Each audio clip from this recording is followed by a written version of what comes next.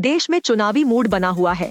ऐसे में आइए जानते हैं काका जोगेंद्र सिंह के बारे में, जिन्होंने हारने के लिए 300 से ज्यादा चुनाव लड़े।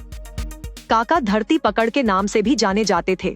वो वीपी सिंह और राजीव गांधी जैसे बड़े बड़े नेताओं के खिलाफ भी उम्मीदवार रहे। जब वो चुनावी मैदान में उतरते थे तब उनकी सुरक्षा के सख्त प्रबंध किए जाते थे ताकि कहीं उनकी मौत की वजह से चुनाव रद्द न कर दिया जाए।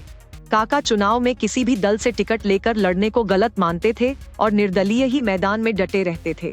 उनके पास लोगों को देने के लिए छुहारे और मिस्री पोटली में हमेशा रहते थे, जिससे लोग उन्हें छुहारे वाले काका के नाम से भी जानने लगे।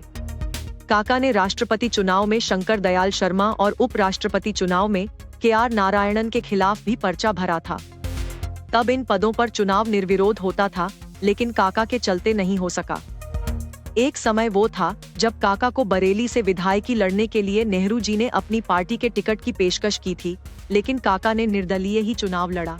उनका चुनाव लड़ने का जज्बा ऐसा था कि वो हर किसी राज्य में होने वाले चुनावों में लड़ने पहुंच जाते थे। इनका चुनाव के दौरान प्रचार का तरीका भी अनोखा था। काका पैदल या साइकिल पर निकलते थे और लोगों से कहते फिरते थे कि मैं चुनाव में खड़ा हूँ, मगर मेहरबानी करके मुझे वोट न देना। चुनाव लड़ने और फिर हारने की अपील के पीछे काका की सोच कुछ अलग ही थी।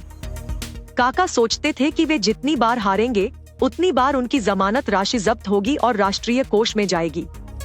काका वैसे तो संयुक्त हिंदुस्तान के गुजरांवाला, अब पाकिस्तान में 1918 में पैदा हुए थे, लेकिन बंटवारे के बाद काका परिवार समेत उत्तर प्रदेश के बरेली में बस गए। साल 1998 में काका का निधन हो गया था। आपको ये स्टोरी कैसी लगी, हमें कमेंट सेक्शन में जरूर बताएं। ऐसी ही दिलचस्प खबरें और अपडेट्स पाने के लिए सब्सक्राइब करें आज तक AI।